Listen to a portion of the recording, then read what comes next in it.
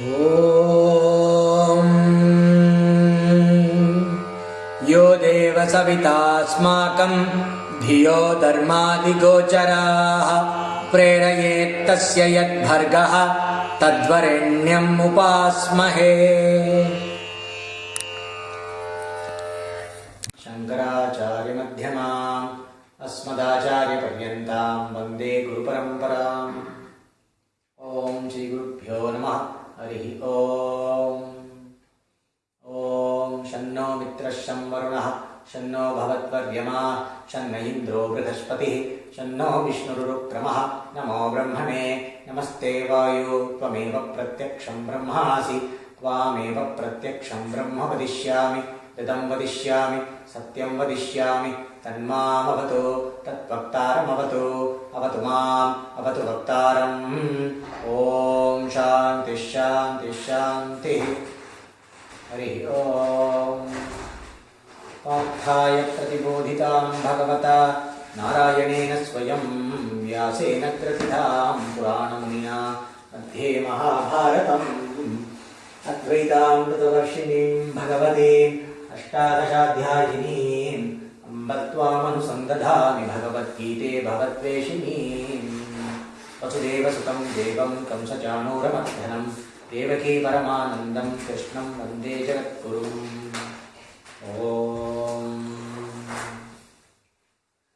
Okay, we continue the discussion on Bhagavad Gita. We are beginning the 5th chapter today. Okay, the 5th chapter is titled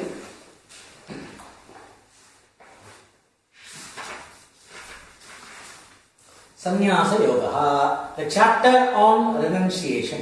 This is the 5th chapter. So here, the Lord is going to bring out the spirit of renunciation. So we all know that renunciation means to become a Kalgar, leave everything and go and become a Kalgar. This is renunciation. So here, Arjuna has a doubt. See, previously he had one doubt. He thought Karma Yoga is going to lead to one result and Sannyasa will lead to some other result. So this was his doubt in 3rd chapter. That is why he asked the question. See, when Sankhya, that is when renunciation and knowledge is so superior, that is knowledge preceded by renunciation is so superior and it leads you to the ultimate good. Why do you want me to wage this horrible war? Why are you pushing me to do this action, horrible action of waging the war, which is supposed to be my karma? That's what you say. So why do you want to push me into karma? He asked this. That means at that time he did not understand the nature of the nature of karma and when it is done in the attitude of yoga. He did not understand what is karma yoga, and also he thought action and knowledge are leading to two different results. See, action leads to bondage, but the same action when done in the spirit of yoga, with the attitude of yoga, becomes a liberating force. It slowly disentangles you from the habit patterns of thinking that bind you to the cycle of action and result of action. What does Karma Yoga do? It de-addicts your buddhi from the different assumptions and from the different ideas about yourself as the doer of action and the enjoyer of the result of action. The idea that you are responsible for the results of your action and you are the owner of the result of your action. So this idea is what perpetuates the cycle of karma and result of karma. Right? So Karma Yoga disentangles you from the bondage you have with karma by Ishvara Arpita Buddhi. Whatever action I do as an offering to the Lord. So that purifies your attitude. That gives you Sattva Shuddhi, Chitta Shuddhi. It purifies your attitude and slowly the ego structure gives way and the mind is relaxed enough to comprehend the knowledge. This is what Karma Yoga does. But Arjuna did not understand this. So he thought, he was generally, when the Lord was talking about knowledge, he was talking about knowledge and normal action. And then he was talking about Karma Yoga. But Arjuna got confused and asked this question. So then in the 4th chapter he said, no. it is not that, see, knowledge is superior, definitely, but karma is also leading you to the same result. So after the 4th chapter, now Arjuna is very clear that we are all very clear, we are all Arjuna. So we are all very clear that karma yoga and jnana preceded by sannyasa, knowledge preceded by renunciation, and karma yoga, a life of active life lived in the spirit of yoga, both of them lead to the same result, moksha. It is like climbing a hill by automobile and climbing the hill by trekking straight. Because when you climb the hill by trekking straight, you can climb straight, without any going round. But when you want to go by an automobile, you have to follow the road, and the road goes round. So now both of these are leading to the same peak of the mountain, but the way you go is different. So karma yoga also leads to the same result. Jnana also leads to the same result. That is, sannyasa also leads to the same result. Now, Arjuna wants the best.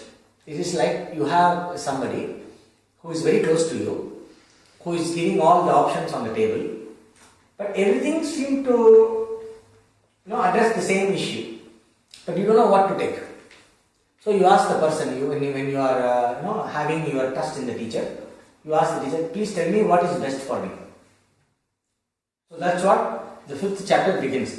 So he says, Arjuna uvacha sanyasam karmanam krishna punaryogam cha shamsasi yat shreya yatayor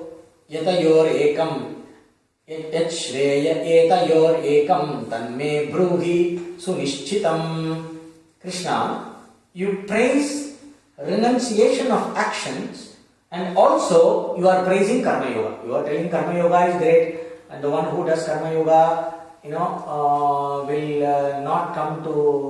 never lose anything in this life. He will always attain success. Like that, you have a lot of verses that talk the greatness of karma yoga. Then you are also telling the jnanis attain the highest, sannyasa leads you to the highest. You are talking the great about both of these things. So please tell me definitely that which is better of the two, because I want only the best. So I am Krishna's close disciple, and I am Arjuna, and so we both, I know that you care for me a lot. So tell me which is better and I will take it. So now he understood both lead to the same thing, but which is better? Now Krishna is telling. Shri Bhagavan Vacha Sannyasaha Karma Yogascha Nishreya Sakara Ubhau Tayostu karma sannyasat karma yogo visishyate. Now, sannyasa karma yogascha nishreyasa karabhubhav tayostu karma sannyasat karma yogo visishyate. Both renunciation of action and performance of action as yoga lead to liberation. So there are two ways in which you can stabilize the knowledge or make yourself available for the knowledge. So either you commit to a life of renunciation, your mind is not busy in any pursuit other than enlightenment, self-realization, moksha, in an exclusive manner, without anything else to do. You are only study, reflection, contemplation, practice of meditation, yoga, this kind of things, and you live on alms, Kalugar life. Or you are living in a normal busy life, doing your duties, whatever is essential to be done, but that active life, you are living in the spirit of karma yoga. Now, both of these approaches lead you to liberation. If you are a karma yogi and you are not enlightened, the life of karma yoga purifies your mind and qualifies you for knowledge. Suppose if you already have knowledge, if you are a karma yogi and you are enlightened, that is also there. We had King Janaka, one character in Ramayana, who is King Janaka, who is the mother of goddess Sita, who is the father of goddess Sita. So this King Janaka is known to be an enlightened person, but he was a king. He was ruling the kingdom, he was playing the role of a king to the fullest capacity, but he was considered enlightened. So he was a very active person. So we see a lot of Lord Krishna. Lord Krishna said, see, I am also busy. All the time I am busy doing this or that. But he is enlightened. He is teaching Brahma Vidya to Arjuna. So so many divine beings whom we know, they were all very busy people, doing a lot, handling a lot of responsibilities, but not inside samsara, liberated at the same time. So if person is like that, then Karma Yoga is a context where the active life becomes a context of Nididhyasana. It is the Karma Yoga adds stability to the Jnana. So Sannyasa can add stability to the Jnana. Karma Yoga can also give way for Jnana or add stability to the knowledge. So both ways it leads to the same result. But of these two, now this is Krishna's opinion. Sri Shankaracharya in the commentary, he very clearly says, this is Lord Krishna, this is the Lord's opinion. So this is not the Shastra, because I should not say it is not the Shastra. It is not a necessarily binding conclusion. The Lord's opinion is like this. So he says, but of these two, the performance of action as yoga is better than renunciation of action. Why? For Arjuna. The teaching is given for Arjuna and also for all of us. So it is not a general statement. So when we are, here is where the answer should be useful to the person who is asking the question. So when a person is asking a question and the teacher is answering, the point is not to give the correct answer. I mean technically correct answer. The technically correct answer includes the student.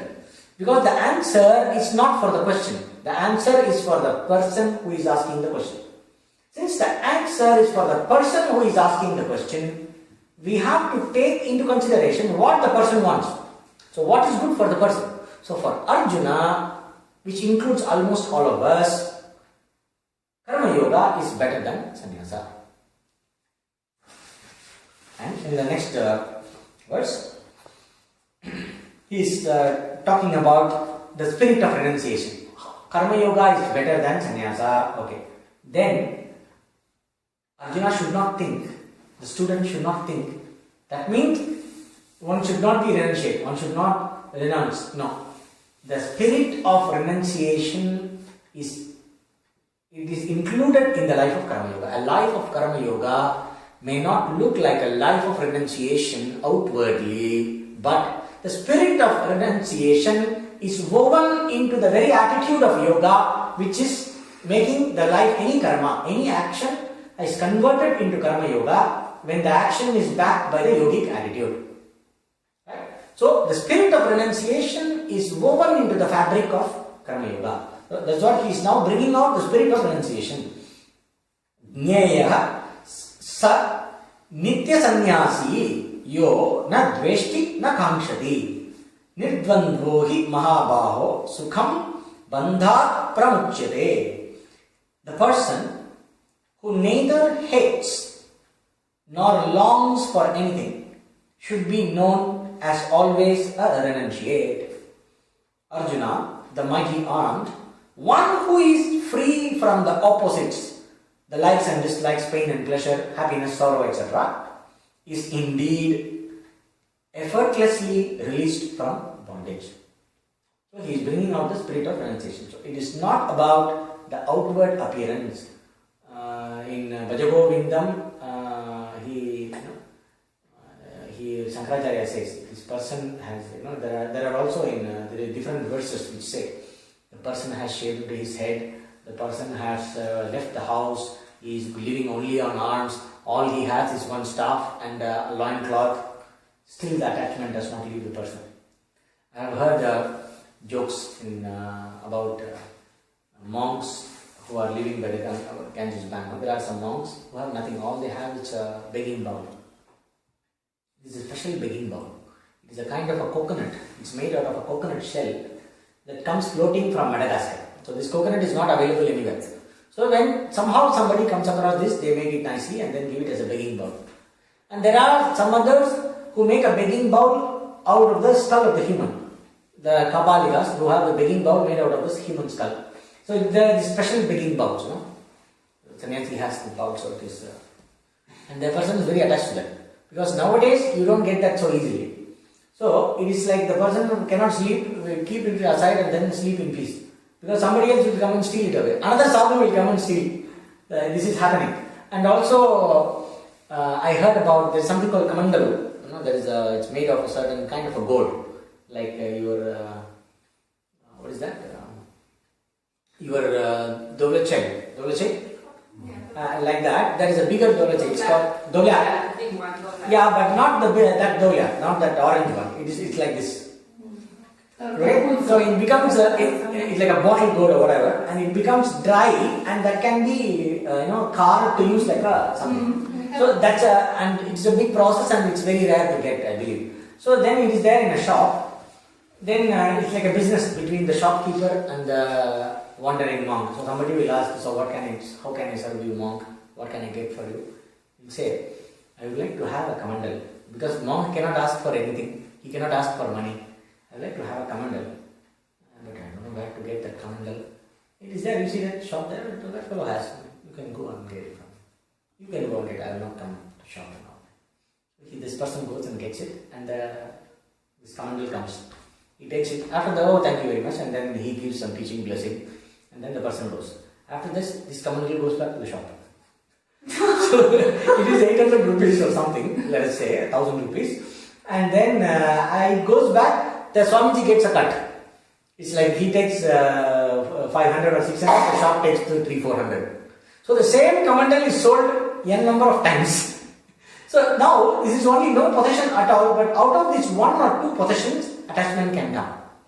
So the point is not having less things. The point is having nothing in the mind. You may have the whole empire to rule, but the mind is not attached to anything. That is the point. So the one who does not hate anything, or the one who does not long for anything. So this state of mind is renunciation. Don't think renunciation is only getting rid of things. So if this state of mind is accompanied by the signs of renunciation, like the marks of renunciation, like you have a ochre robe, and you don't have any, you have a formal renunciation, you have a formal way of life according to the initiation of renunciation, according to the tradition, all that is there, it's excellent. So the signs of renunciation plus inner renunciation, ati uttama, it's very good. But the point, what is the point here is the inner state of renunciation. Without, that is why previously we saw, without the inner renunciation and without the process of purification, if a person takes to the life of a sannyasa, that is worse than a person being busy doing karma and getting some success. So, the point is not to mix the spirit of renunciation and not mistake the signs of renunciation for the spirit of renunciation. So, he tells this. That's why the next one. Sankhya Yoga Pratag Balaha Pravadanti Na Panditaha Ekam Apyastitaha Samyak Ubhayor Vindate Phalam. Children means the people with the childish, simplistic intellect, those who do not know, only those people, but not the wise ones, they are the ones who argue that knowledge and karma yoga are different. The person who follows even one of the two properly gains the result of both. If you follow the lifestyle of renunciation, it gives you purity of mind. If you follow the active life in the spirit of yoga, it gives you purity of mind and opens you to knowledge. And here the study opens you to knowledge.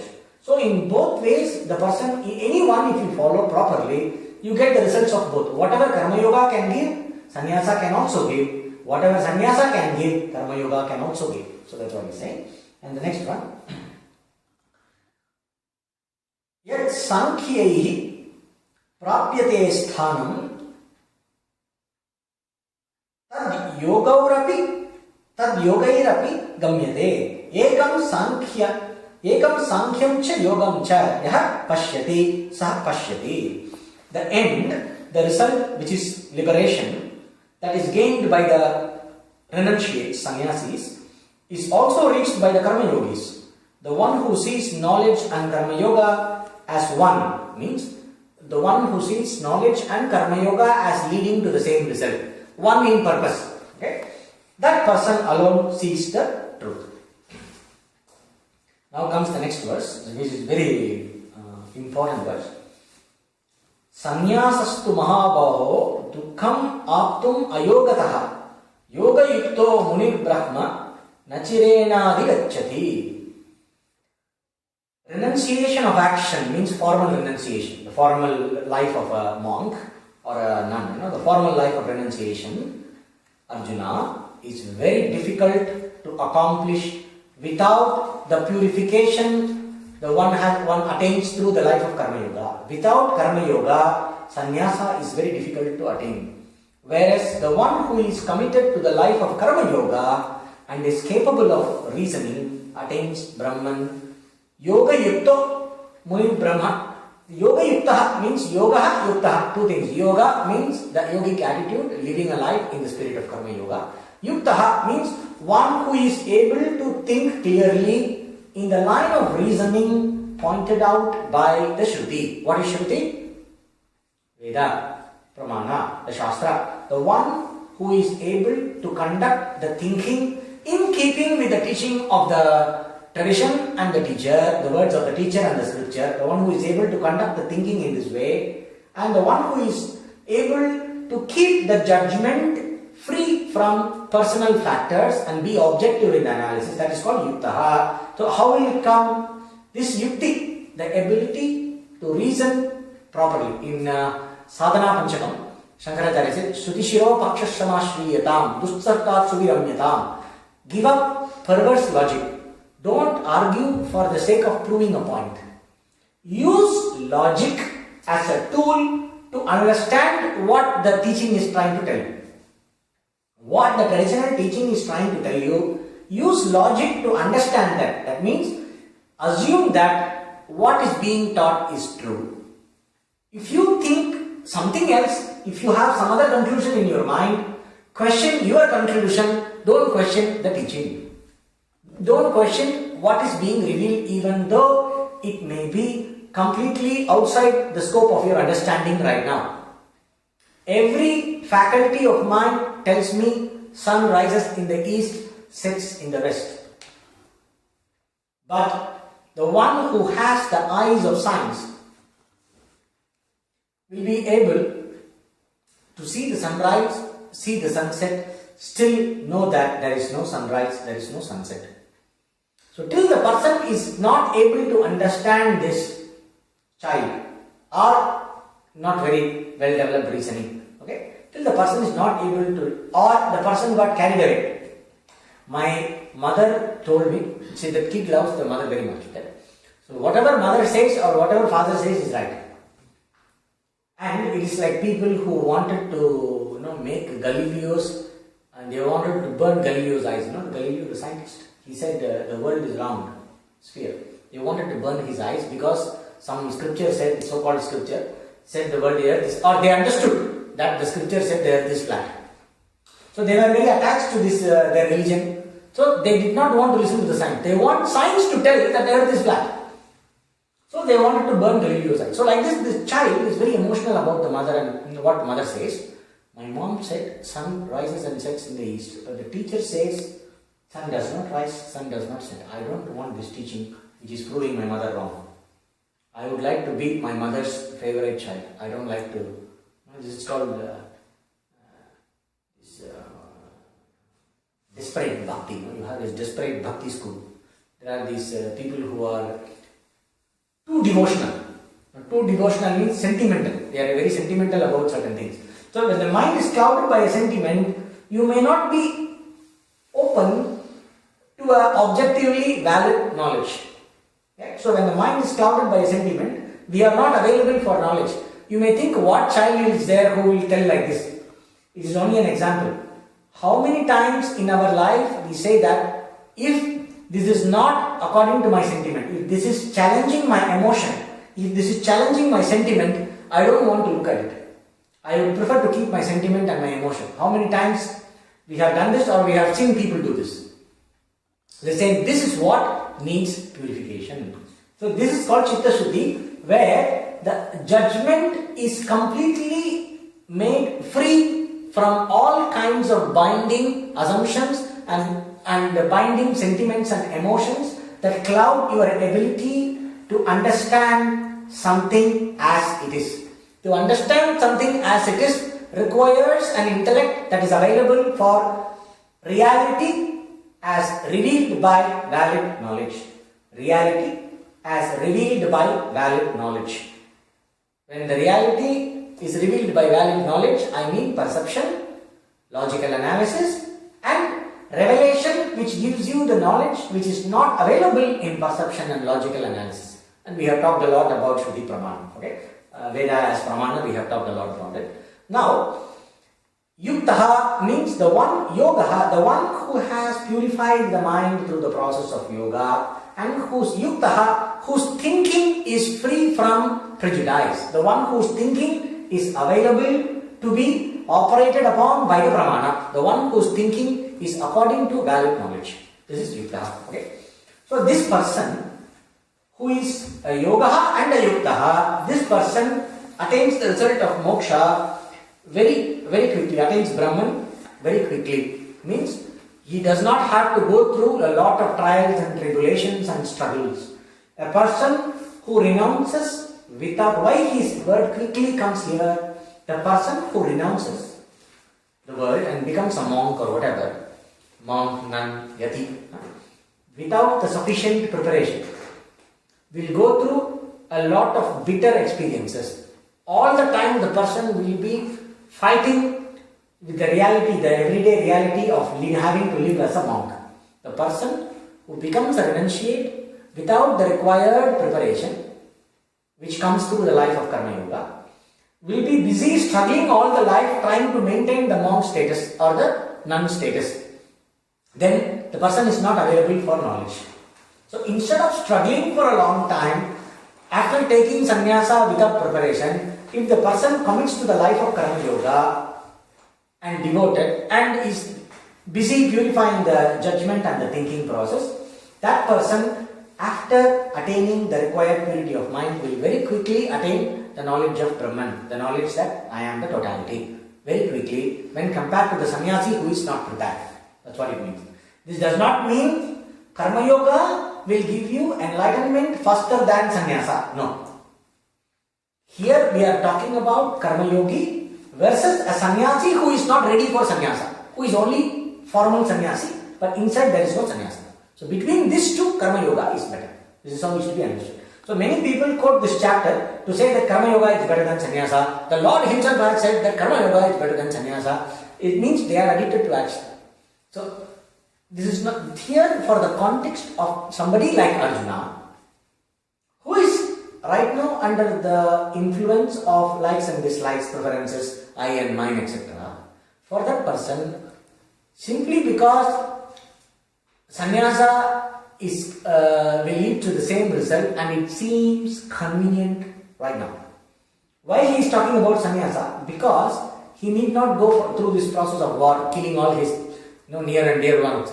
In Mahabharata war, he has to kill his grandfather, he has to kill his father, uncles, uncles and paternal uncle, and he has to kill his maternal uncles, he has to kill his cousin brothers, he has to kill his own teacher who taught him archery, all kinds of emotional situations, So if he renounces and becomes a monk, it's very easy.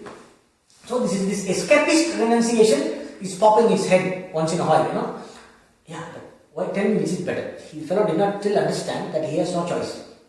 So this decision, Karma Yoga or Sannyasa, is a choiceless decision.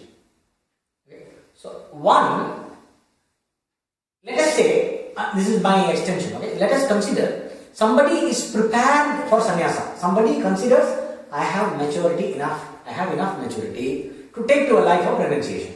So I can take to renunciation, yes, but are you having a problem living a life of karma yoga? A person who is ready to take a life of renunciation does not have a problem doing a duty or living a life of karma with the attitude of yoga if the situation demands so.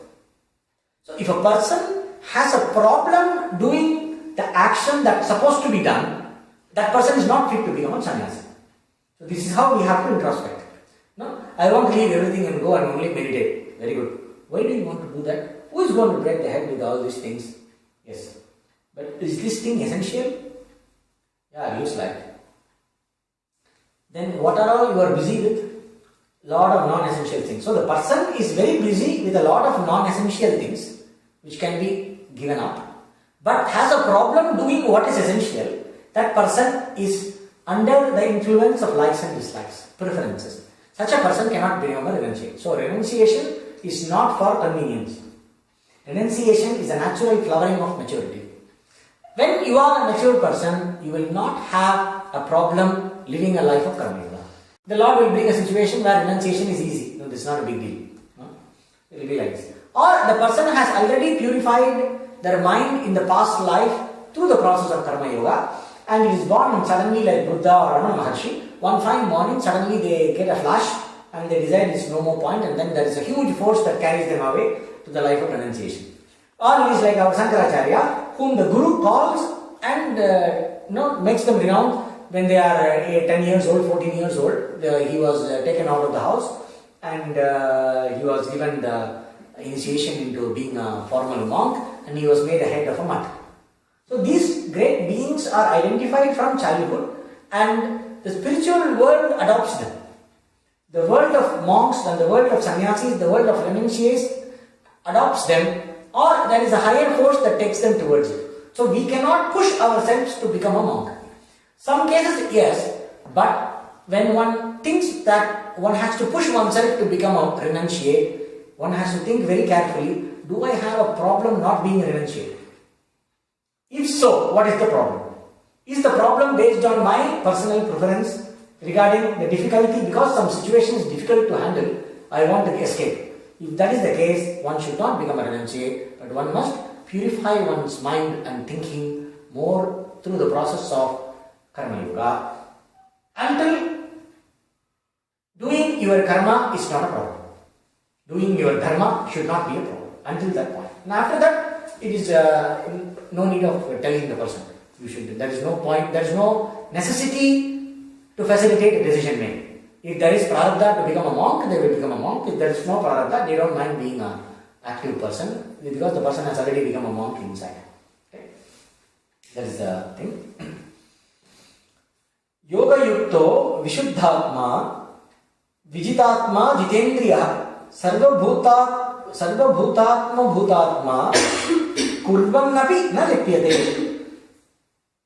One whose mind is purified by being committed to a life of karma yoga, the one who has mastered the body and the sense organs, and the one who knows oneself to be the self in all beings, such a person is not affected even while doing actions. So there are a few points here. Whose mind is purified by being committed to a life of karma yoga.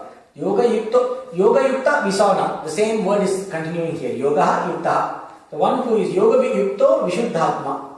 How do I purify? Here atma means the buddhi and the mind. Okay? Atma here means the thinking process.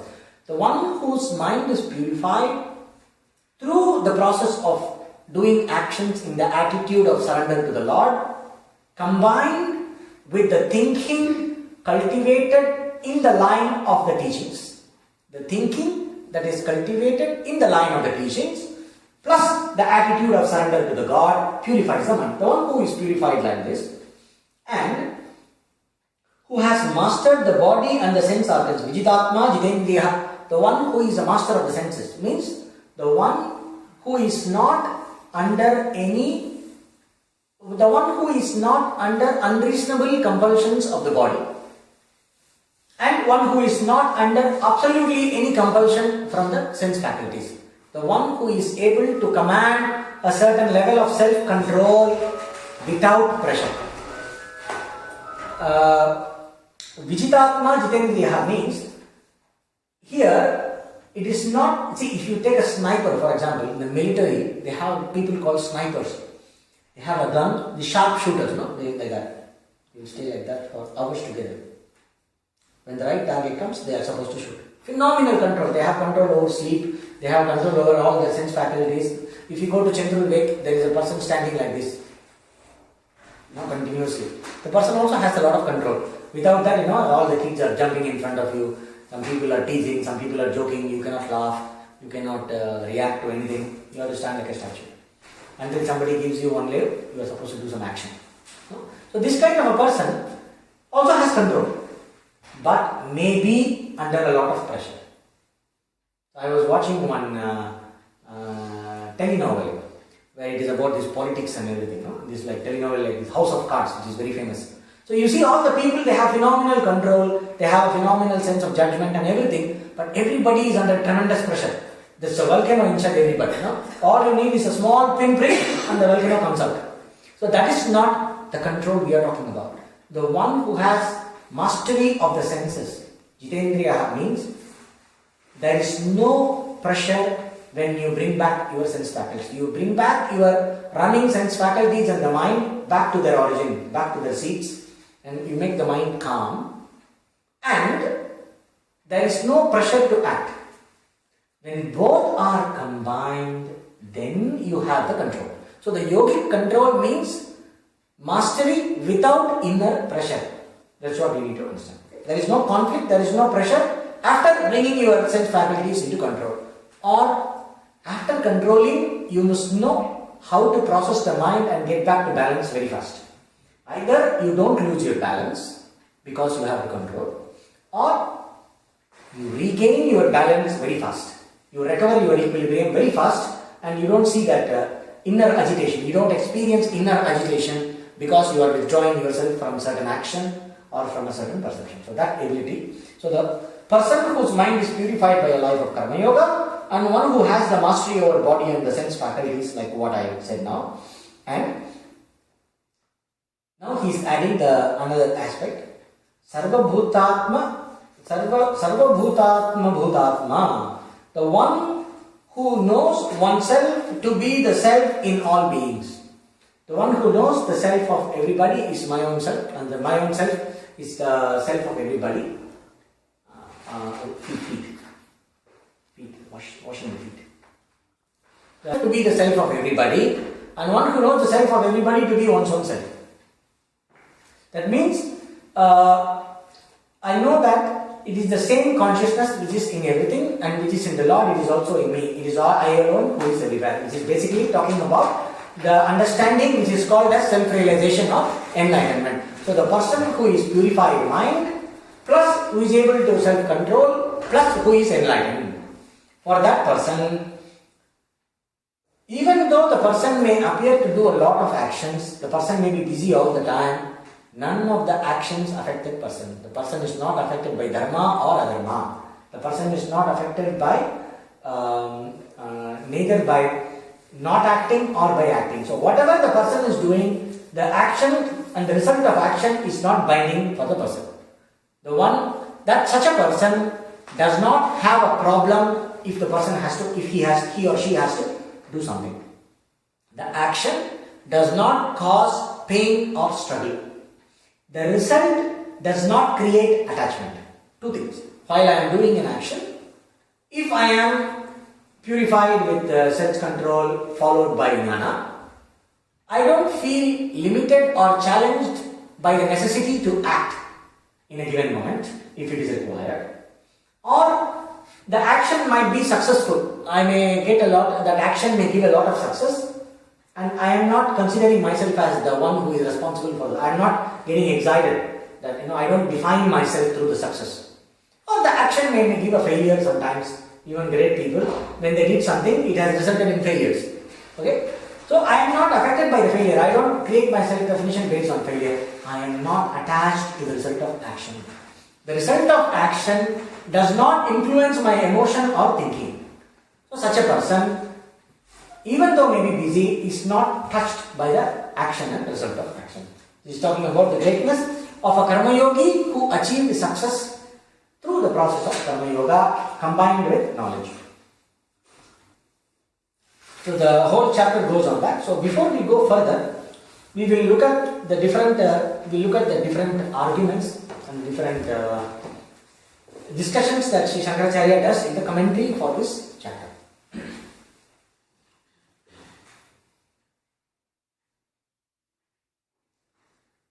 In the fourth chapter, in the different verses of the fourth chapter, Karmanya Karmaya Pashyed Ityarabhya Sayuktaha Krishna Karma Krita Jnana Nidardha Karmani, the knowledge burns all karma.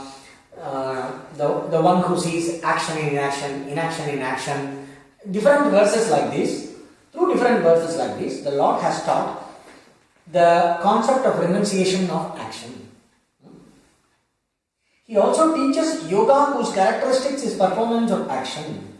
These two mutually contradictory courses, the performance and the renunciation of action like rest and movement, cannot be undertaken at once by one and the same person, nor have they been prescribed for pursuit at different times. In other words, only one of the two courses may be practically pursued. Of these, that which is better must be taken up and not the other. So thinking and desiring to know which of the two is better, Arjuna said, renunciation of the words Krishna. Now, he is clarifying the context. A person cannot pursue both. This we saw in the second chapter. The second chapter commentary was very clearly telling that there is a mistake which is very common in Vedanta called Jnana Karma Samuchaya. They will say you should do your duty and also pursue renunciation. Even though you might have renown, you still have duties to perform. No? The one who is performing the duties must also renounce. There is a kind of trying to make a combination of both. Renunciation is there, but still you should do your duty. No. Doing the duty involves a certain kind of an attitude. Renouncing everything through knowledge involves a certain kind of an attitude. A person who understands, I am not the doer, I am not the enjoyer, I am the self of all, I alone exist, there is nothing other than me, in whom this understanding has happened, such a person cannot consider oneself to be the doer or the enjoyer, so that person has no duties. That person cannot be a yogi.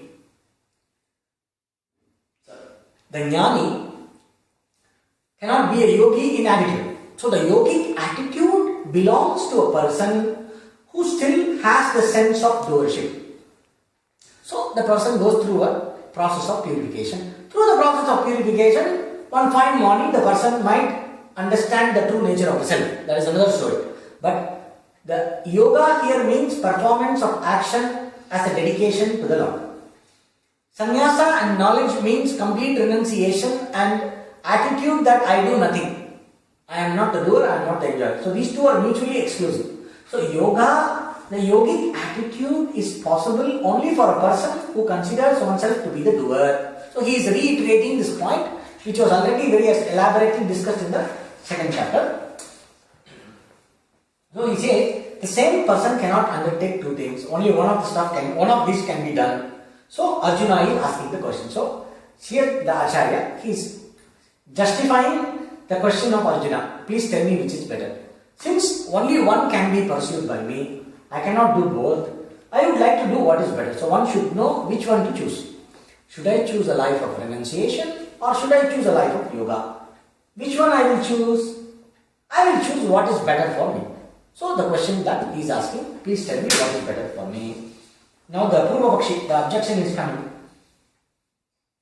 The Lord has given the renunciation of all actions in order to teach the discipline of knowledge for the self-doer and not for the one who is not a Sankhya, not a sannyasi. Therefore, the performance of action and the renunciation refer to different types of persons. It is irrational to ask which of these courses is better. So here basically the objection goes about telling, the sannyasa, the renunciation of action and all that is being talked about, and the knowledge is being talked about for two different kinds of persons. It's not for the same kind of person. So no need to ask this question. This whole question is unnecessary. And then here the reply, the counter argument from the Acharya. According to your thinking, the query may be irrational, but in the light of the inquirer's own thinking, it is quite rational, we should say. How? The affirmations quoted above show that the Lord teaches the importance of the renunciation of all words as a necessary duty. Without an agent, of course, it cannot be performed. So it is implied that even a non-knower of self may conceivably renounce words. It is not as though only a self-knower can do it. Okay. So here, when the Lord is talking about renunciation, when the topic of renunciation comes, he is talking about the act of renouncing your involvement in everyday affairs, your involvement in external affairs. For example, in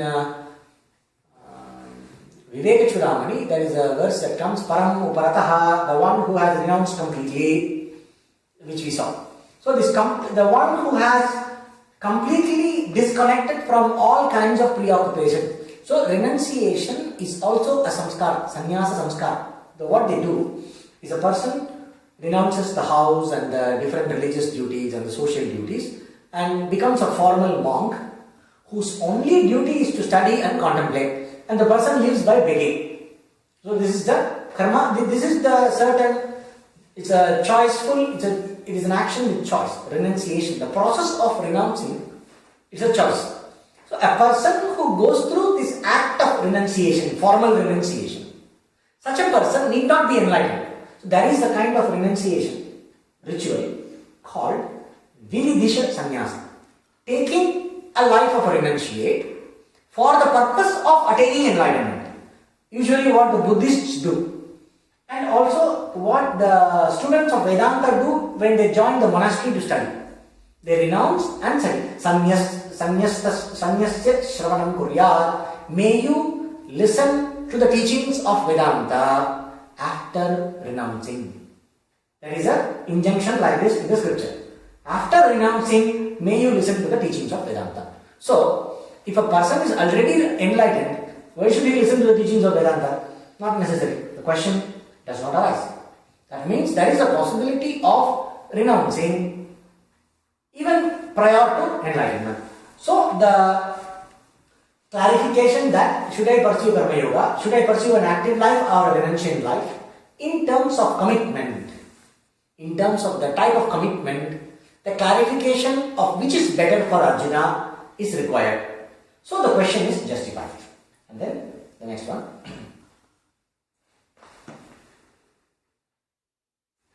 Also, the idea prompted by the questioner to explain both renunciation and Karma Yoga promote liberation. Of the two, Karma Yoga is better. This is the answer given by the Lord. No?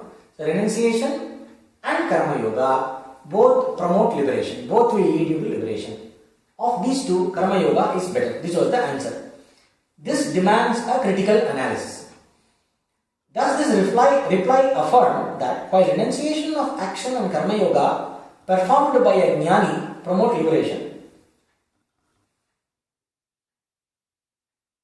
Kim anena atmavit karturkayoho sannyasa karma yogayoho nishreyasa karatvam prayojanam uktva tayorev kutaschit atmavit. Okay.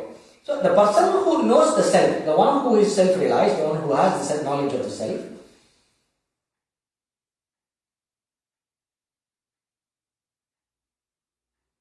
whether the renunciation of action or Karma Yoga performed by the one who is knower of the self promote liberation. Karma Yoga is for some reason or the better or the other better of the two. Or do these two features pertain to the renunciation and Karma Yoga performed by the non-self knower? When the Lord is giving the reply, he gave a reply. Karma Yoga and renunciation both lead you to the same result. So here, is he talking about the one who already knows the self? He's talking about the choice to be made by the one who has self-knowledge, or is it a choice to be made by the one who does not have self-knowledge? You are able to follow me? Yes. So what is the answer for? The answer is talking about the choice to be made by a self-knower, enlightened person, or the choice is to be made by an unenlightened person. So the answer is for, means what? What is the context here?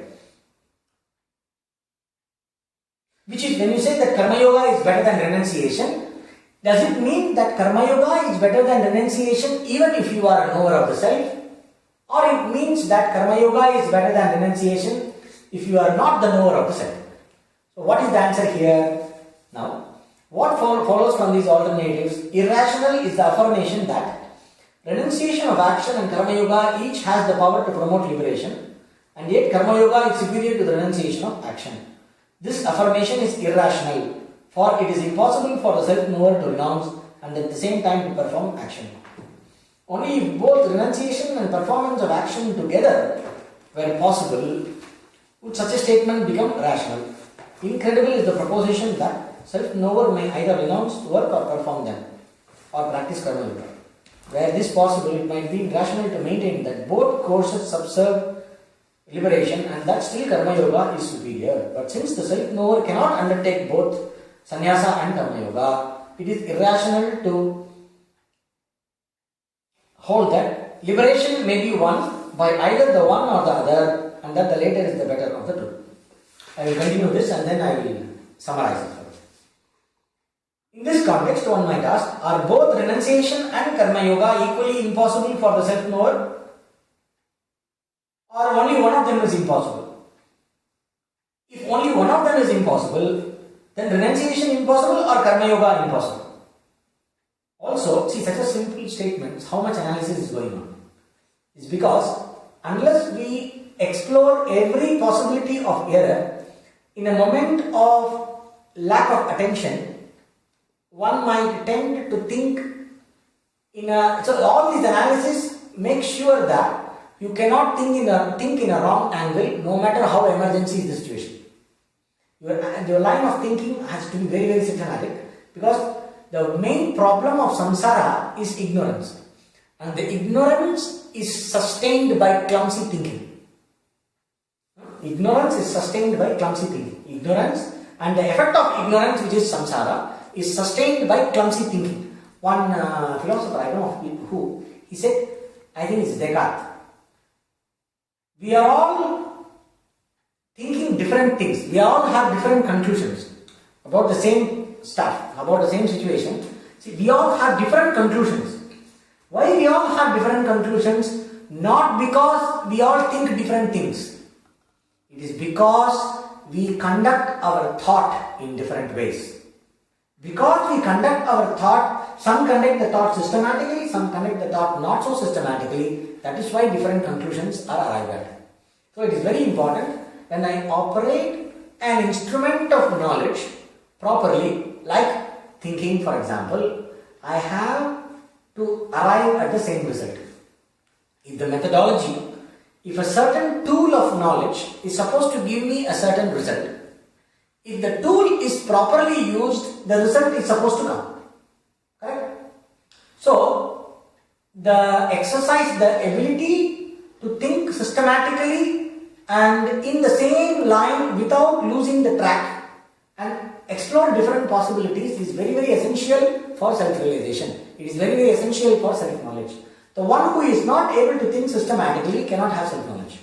You can say by God's grace he will have, but by God's grace the person will first have systematic thinking, and then he will have self-knowledge. So systematic thinking is very important. That is why the whole process of going through the commentary trains us to think in a certain way, in a certain...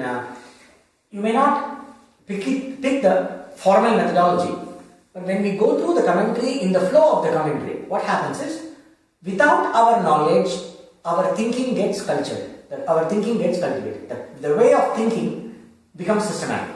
That is why it is very essential to study the main scriptures alongside with the commentary, in order to capture the spirit of it, and also to help us to think in a systematic manner about the given subject. Okay? So we will go through further through this. The reason for alleged impossibility must be advanced, since the ignorance of the self-knower has been abolished. He cannot undertake karma yoga that is rooted in error.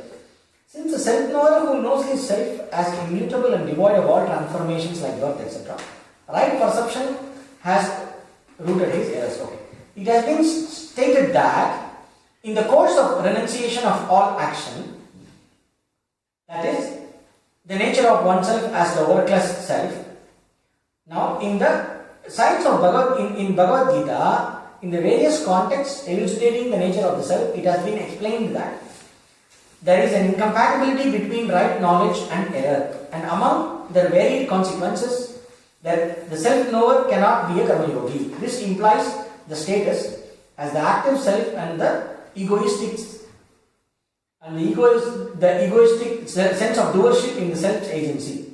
Therefore, it is rational to maintain that karma yoga rooted in error is out of question for the self-knower whose ignorance has been abolished.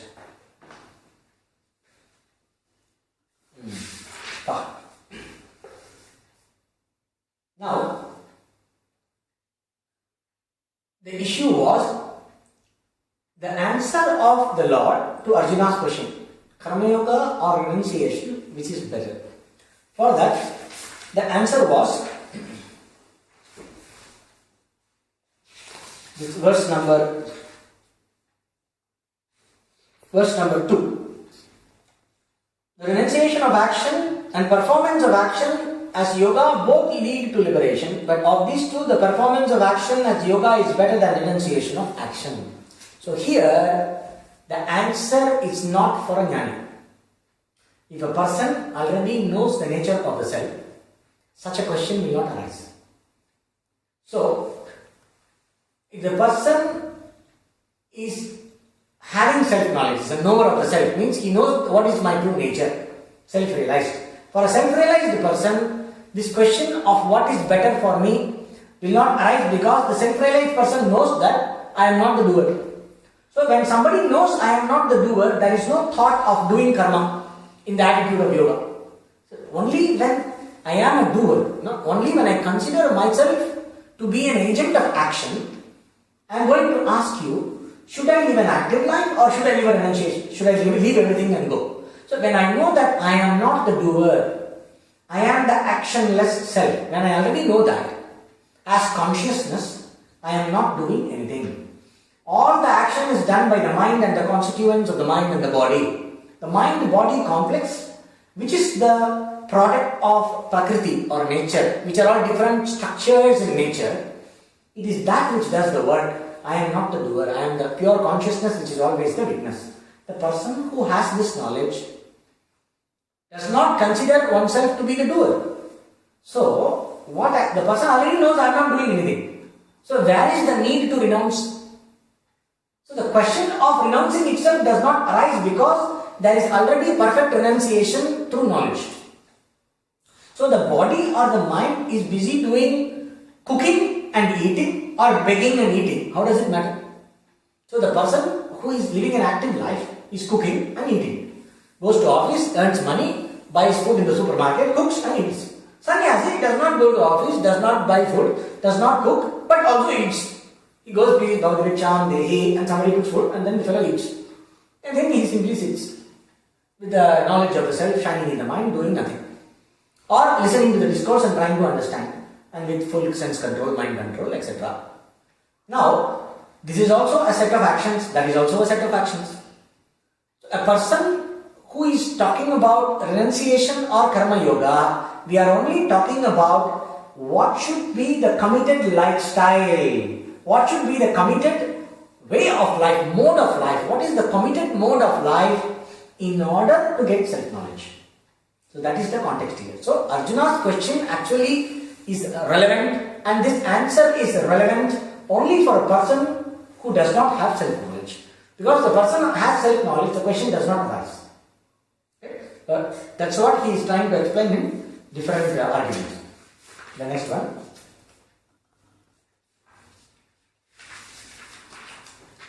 Goes another 3 pages only for this question.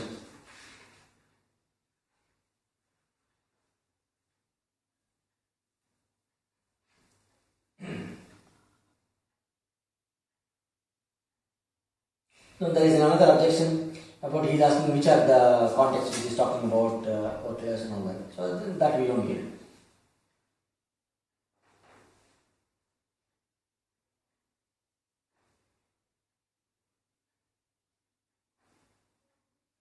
Okay.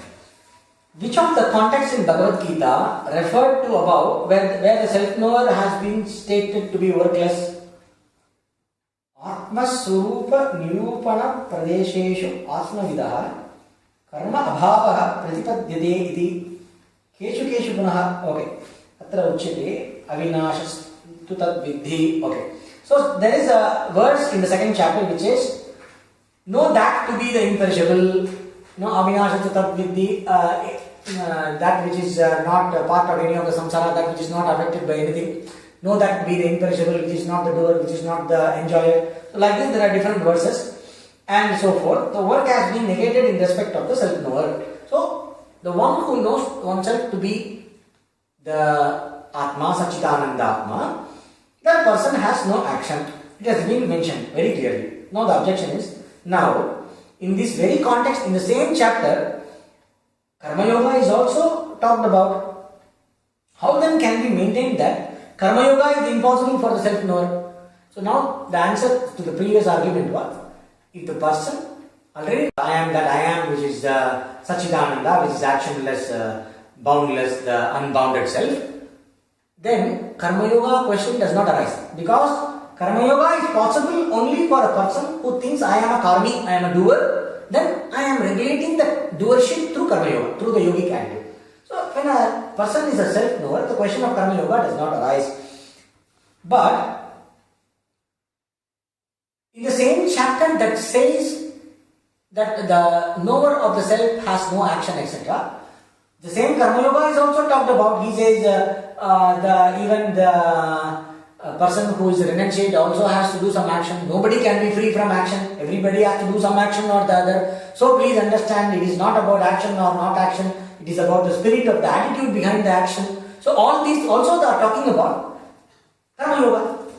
So then how do you say that Karma Yoga is impossible for a sannyasi, for a knower of the self? For example, Ramana Maharshi once says,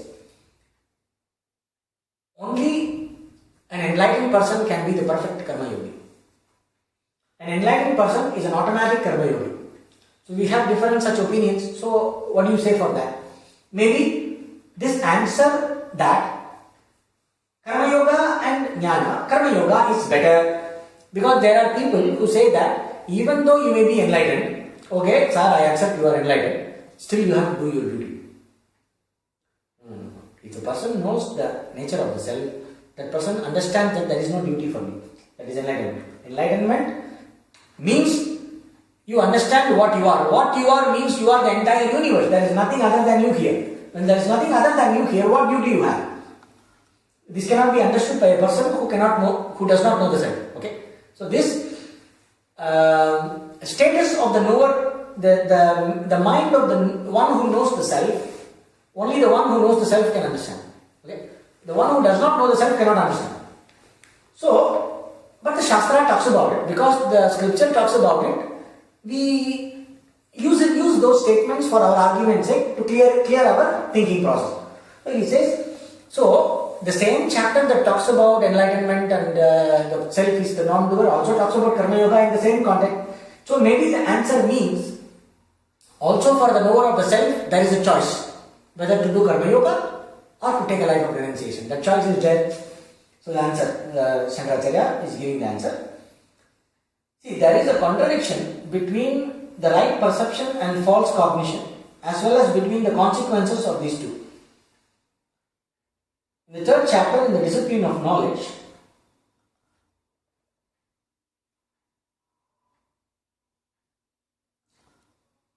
Jnana Yogena Sankhyanam, Karma Yogena Yoginam, there was one verse. The Sankhya, the Jnana Yoga belongs to the renunciates and the Karma Yoga belongs to the yogis who are living an active life. It was talked about in the third chapter. In that verse, abidance in the self that works not has been isolated vis-a-vis the self-knowing Sankhyas, which is the self-knowing Sankhya's, from the discipline of action pertaining to the non-knower self-knowers. The self-knower, having discarded all duties, has no further purpose to fulfill. The same chapter, another verse, which is Tasya karyam na vidyate. The one who knows the self, he has no duties to perform. There is no more things to be achieved. Kritakrityasya bharata. The one who knows the self has done all that needs to be done. There is no more action to be performed. There is no more targets to be achieved. The person has arrived at the point where there is nothing else remaining to be done. The one who has done all that needs to be done. So, because through these statements,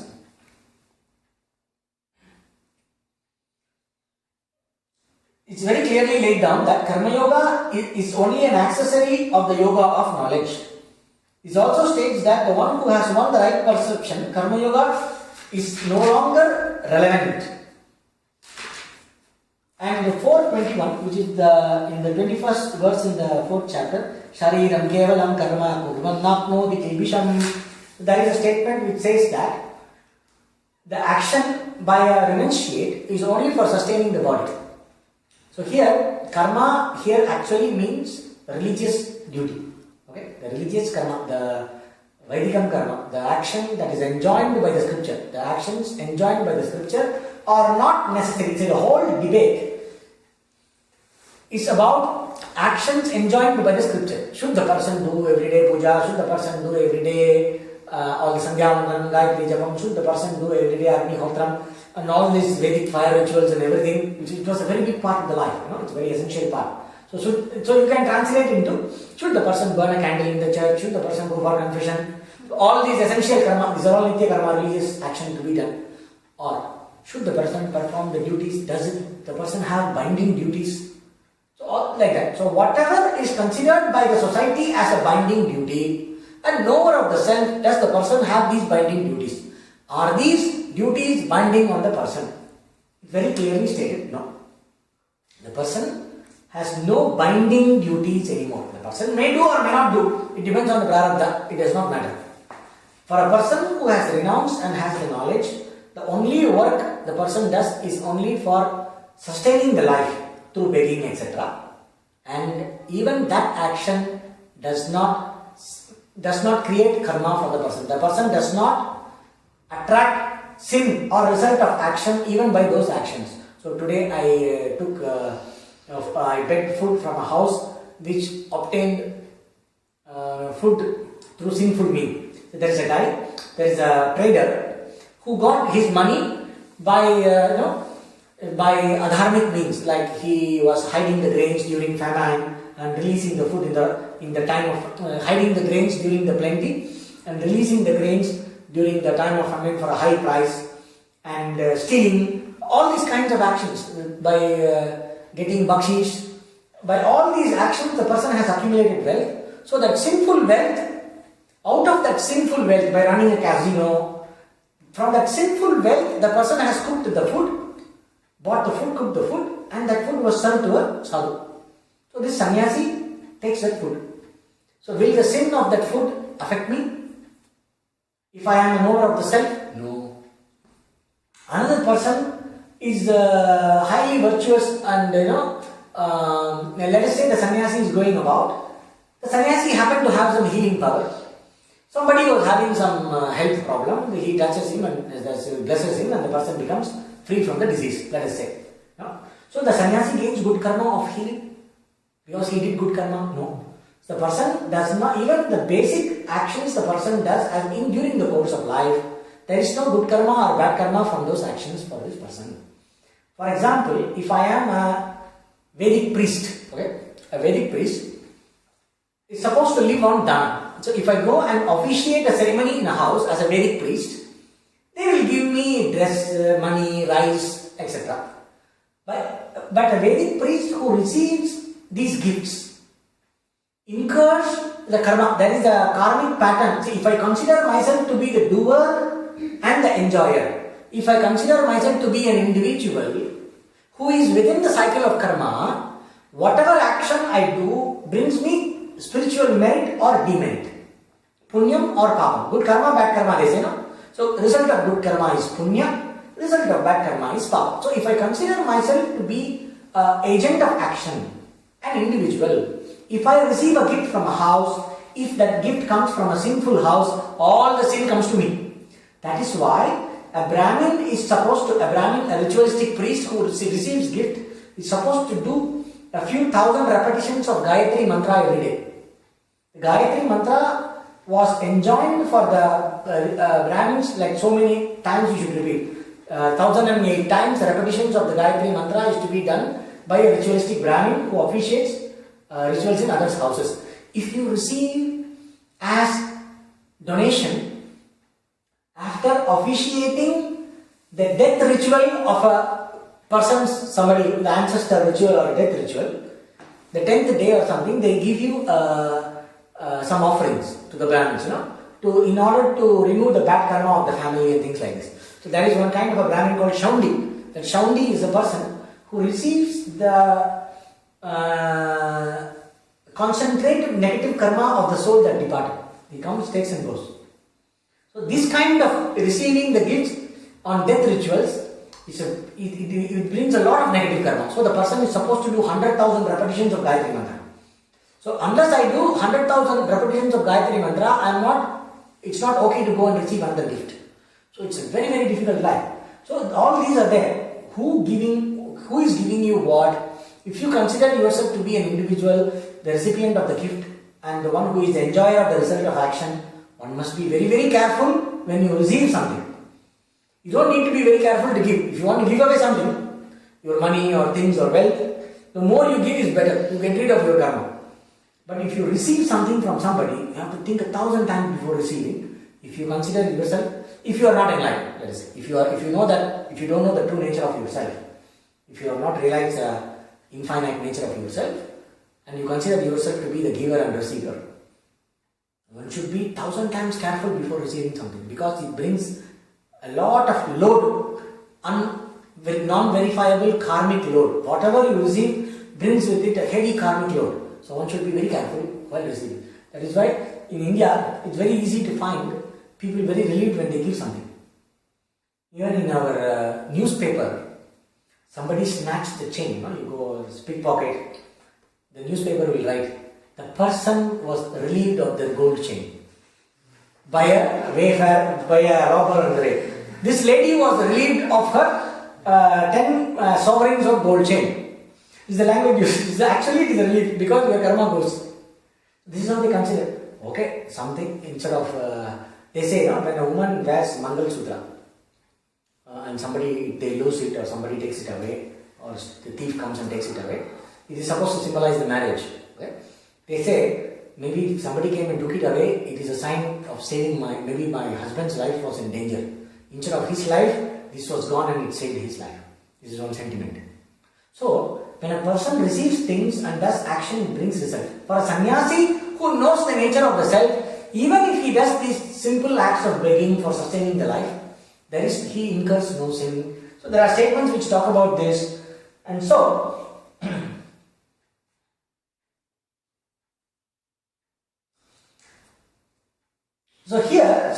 because of all these statements, it is very clear that the knower of the truth of the self cannot even dream of karma yoga that runs counter to the right perception, which tells that the self is not the doer, not the enjoyer. So that is the right perception of the self. So the whole assumption of karma yoga is simply impossible for this right perception. It is like the one who knows that today's astronomy. By time travel, you go to 13th century Europe, where they consider the earth is flat. You keep walking, after some time you will fall down into an abyss. Some great scientist of the day is talking about that. Then you will be laughing, come on man, this guy is a great scientist. He's talking earth is flat and giving a geocentric theory. And it's like the earth like this, all the planets and everything is revolving. It is old geocentric model. So somebody is talking geocentric theory. How stupid it will feel. Our high school kid will laugh at the great scientist of those days.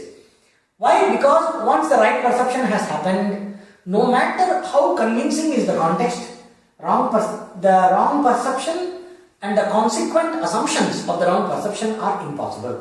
So, a person who has self-knowledge, it's impossible for that person to think of karma yoga. So, given this situation,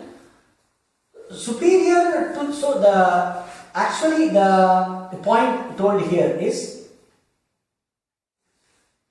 the affirmation that renunciation and karma yoga equally promote liberation refers only to the person who does not know the self.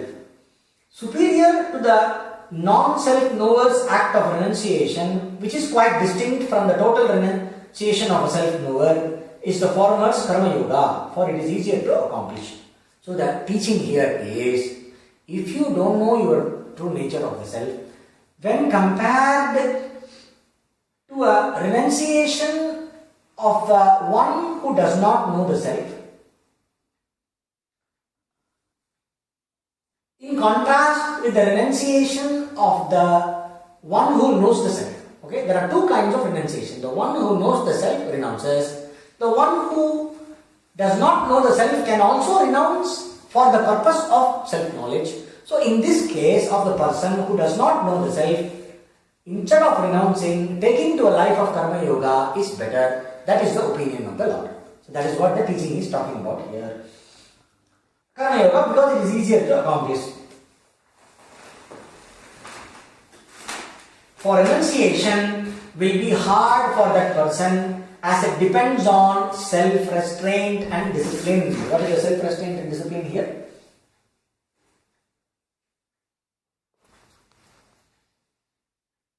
Yama niyamadi sahitattvena cha duranushteyat sukarattvena cha karma yogasya visishtatvabhidhanam ityevam prativachana makhyaartha nirupane na api purvoktah. So here yama niyama, you know, in yoga they talk about yama niyama, that ahimsa satya brahmacharya etc. So you have a lot of injunctions and prohibitions. You are not supposed to, for example, begging. Sannyasi can beg and eat, but you cannot beg anytime you want, wherever you want, how much ever you want. No, you have a small, you have a big casserole, set of casseroles in your ashram. You go and beg all the nice tasty food. You have a guy to go and find out who is cooking what. So you go in everybody's house and go get all the nice food and sit and eat. That's not allowed. Sannyasi has to beg, has to stay outside the village, first of all. The sannyasi should travel, keep traveling, should not stay in the same place for more than 3 days. Like that, a lot of rules are there. Nobody follows these days, is another story. But they cannot follow also because society is gone. We don't have the same society, Vedic society, which knows how to support sannyasis. That is reducing now in India. So, a sannyasi, these are some rules. For example, you cannot stay, even if the society is supporting, you cannot stay in the same village for more than 3 nights. You have to stay outside the village in some rejected building or under a tree or in the precincts of a temple. You cannot stay in somebody's house. Again, you have to wait during the midday when all the sound of the vessels are gone down. You know, when people are serving food, because in India all the vessels are made of steel and aluminium, you get a lot of sound, crackling of the cutlery. No? All the sound has subsided. So everybody has finished their food. Then the sannyasi is supposed to go and beg. Because the sannyasi should not be a burden to the society. So he is supposed to go and beg. That also what? You are supposed to beg only in 3 houses. Each house you are supposed to ask only 3 times. Bhagavad Gita, Dehi, Domna de Casa, give me food. Bhavati means the lady of the house. Give me food. Bhavati, Bhiksham, Dehi, please give me food. Or they have different things in different traditions. Narayana Hari, we will say 3 times. Narayana Hari, Narayana Hari. 3 times you are supposed to say. Nobody comes out to give you food, move to the next house. 3 times. Nobody comes, move to the next house. 3 times. Nobody comes, go back to your place and sleep. Drink some water and keep quiet. You cannot go to the 4th house. Same house. 3 times I called you, you did not come, knock, knock, knock, calling bell. No, not allowed. So it's not easy to live like a sannyasi. And also, some fellow will come and tell you, you are looking so good, so well built, you stupid lazy fellow, why can't you work and eat? Why are you begging and eating? Another person will come and say, oh great Lord, you have renounced everything in such an young age. You must be a great Mahatma, please bless me so that I will also get renunciation. Praise will come, censure will come. For everything the person must have equanimity. It's not easy. So now, I see there is a Kaluvar going and set of youngsters are teasing him. There is another person who runs and kisses his hands and takes a blessing and goes. Both are happening. The Kaluvar has to maintain equanimity. So, sannyasa is not easy. To follow the disciplines of sannyasa and to follow the restrictions and the self-restraint is not easy to accomplish. And so the person should not be struggling all the time doing, controlling the mind, but the person must be devoting the mind to contemplation. So only the person who goes through the process of karma yoga will be able to get the purity required for knowledge. So, if you are not a knower of the self, sannyasa is not easy. It's not for everybody. So, it is better to take karma yoga. If you don't have self-knowledge, better to take karma yoga. In short, the Lord is suggesting, if you want to renounce, you may renounce after you get knowledge. But don't think about a life of renunciation until you have got a self-knowledge. Live a life of karma yoga, purify your mind, but keep in touch with the teaching. After you have understood the true nature of yourself, once you have got the self-realization, after that you renounce if it is required. if the situation permits, and if it feels natural, and if life goes in the course of renunciation, may you renounce after knowledge. But till then, if you are not a knower of the self, Karma Yoga is a better option always, as a general rule. So here, we should always see the teaching always talks about the general rule. They don't talk about exceptions. But Ramana Maharshi renounced. But he renounced, Buddha renounced. Are you Buddha? Are you Ramana Maharshi? Ramana Maharshi sits like this. When maggots and the insects are eating into his flesh, he's like that for months together in one place without food, without water. Can you sit? Again, he is also very busy cooking for people and joking around. After this huge Ramanashram came around him, still he is completely disconnected with everything. Can you be like that? If you can be like that, you can renounce. No? So, we cannot talk about exceptions, because in the West, one habit I always noticed is, people are very quick to quote exceptions. The mind is first looking only for exceptions, but you can also get self-knowledge without anything, without any teaching. You can get you can get through intuition. You can get self-knowledge. So, when I say self-knowledge comes only from teaching that you receive from a qualified teacher, Shrotriya Brahmanishta, immediately one hand will go up. What about that person who got self-realization by sitting and meditating and doing inquiry? What about that person who got awakened simply, by being devoted to Kali? We cannot get self-realization by all that? No. God may inspire, through Lord's grace, one might get self-realization without study. But the theory is that person might have studied in the past life, might have forgotten, or because of some karma or something, it might have got clouded. And through the grace, somehow whatever was the binding condition in the mind got released and the person suddenly realized. Probably. It is like understanding the joke a little later. So that does not mean, this is all exception. So exceptional case should not be used as a general condition for teaching. So when we are teaching, we always talk about the general rule. But so it is always better to consider oneself belonging to the general category till you have no other choice but to see yourself as an exception. If your teacher treats you as an exception, it's okay. You don't treat yourself as an exception. You treat yourself as a general category. If there are some exceptions to be made for your sake, if you are an exceptional case, the tradition and the teacher will take care of that. But let us not assume ourselves to be an exceptional case and always look only for exceptional conditions. That is why the Lord says, if you are not a knower of the self, Karma Yoga, commitment to Karma Yoga is better than commitment to a renunciant lifestyle. That is the teaching. So we will go over to the last argument.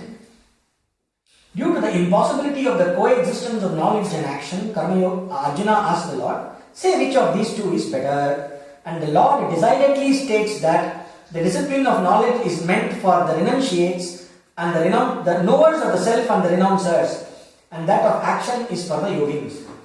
This was the doctrine inculcated in that context. This was the teaching given in that context.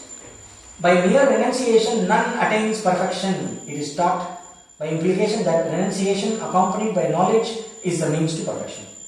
For Karma Yoga also, it has been enjoined in the 4th chapter that in order to know which of the two, renunciation and Karma Yoga, is better for the non-knower, Arjuna said. So that is why to know what is, so he is setting the context. So in order to know which is better for the one who does not know the self, for that context Arjuna asked this question and we know the answer. So that is how he is setting the pitch for the 5th chapter. In order to avoid all the usual confusions between renunciation and the life of renunciation and the life of Karma Yoga. Life of Karma Yoga means normal life where a person is devoted to the different duties, social duties, family duties, personal duties, according to the one's position in one's own life, the stage of life, according to the position in the family, according to the role in the family, according to the role in the society, according to the role assigned by one's religion, all put together. One's religion here actually means Vedic. By the Veda, in India, according to your Varna, you are a Brahmana, Kshatriya, Vaishya or Sudra. Based on your Varna, based on your birth and your temperament, certain commitments are enjoined for a person. It is better to go through a life devoted to Dharma in the spirit of yoga instead of trying to renounce for sake of knowledge. So don't get result oriented in knowledge. May you be devoted to the purification of the mind. Let purification of the mind be your immediate target. Knowledge will come through the teaching. When you are in touch with teaching, side by side performing your duties in the spirit of yoga, knowledge will automatically come when you have the right purity of mind. So don't try to push yourself to get the self-realization by hook or crook. That is the thing. And renunciation is only meant for the renunciates and not for everybody. The same thing comes in Tirukkural, another Tamil classic, which is around 3000 years old. If you fly to India through the southern tip of, you go to the southern tip of India, there is a statue of a great saint called Thiruvalluvar. So he was one of the Siddhas. He said, austerity, here tavam. Tavam means here austerity, but can be taken as renunciation also. Is only for those who are cut out for that. The life of renunciation is only for those who are cut out for the life of renunciation. It is not for everybody. If somebody else attempts it, it will lead to unexplainable difficulties and sorrows, and it will only only be counterproductive. So it is very important.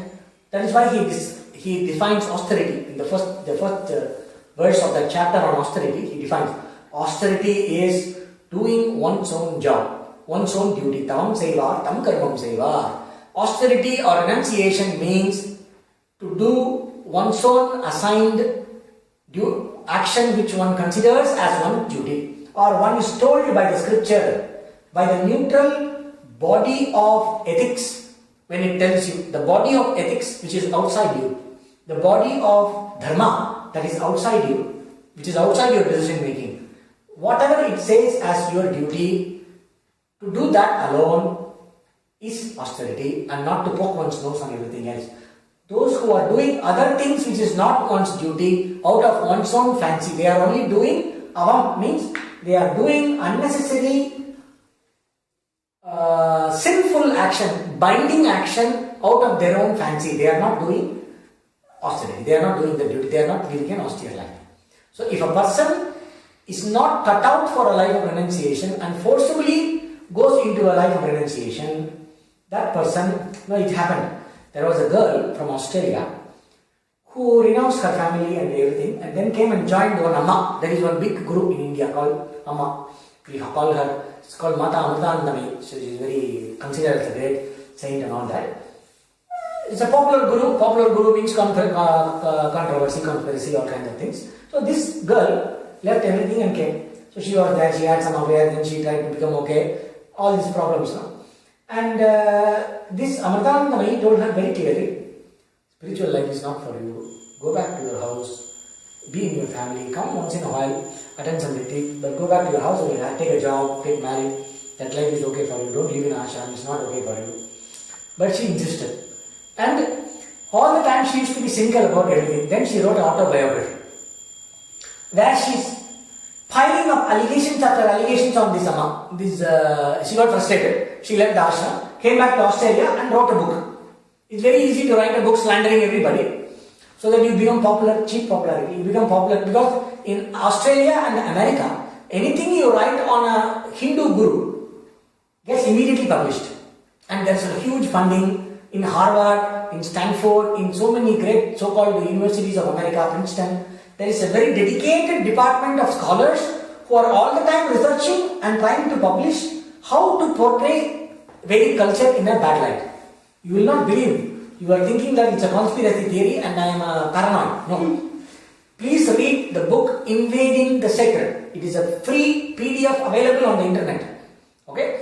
Invading the Sacred by Rajiv Malhotra. If you read that book, he tells you how systematically they destroy the image, because the original spiritual knowledge is available only here. Everywhere else is distorted. Including Buddhism, it is distorted. No, it is maybe good in so many aspects, but the actual approach got distorted. So if you discredit Hinduism, it is very easy to confuse the people through New Age, confuse the people through all the different versions of Christianity, confuse the people through all religions talking the same thing, you confuse the people through westernized yoga, you confuse the people through mindfulness meditation for corporates, confused Buddhism. So So once you discredit a great tradition, then it gives you way for loose thinking. Once you are thinking in a loose, unsystematic manner, it is very easy. You are a very easy target for manipulation. So it's all part of a big global agenda. So it doesn't matter. Things according to one's own core competency and nature. Such a life purifies a person. If you take to renunciation and force yourself into a fully spiritual context, one may not be able to live that. Instead of giving the required result, it may give all other undesirable result. It is better to be a worldly person, so-called worldly person, very busy in the world with the attitude of yoga, slowly maturing inside like a fruit, instead of trying to push oneself to somehow ripen very fast. If you ripen very fast, it will be like liquid or banana. So you cannot eat it. It looks very nice, you open, it's all horrible. And it suddenly becomes, if you keep it for one day, it becomes black. That is not the purpose. That is what? That is the tone of this 5th chapter on renunciation. Further teaching, we will see from the next class onwards.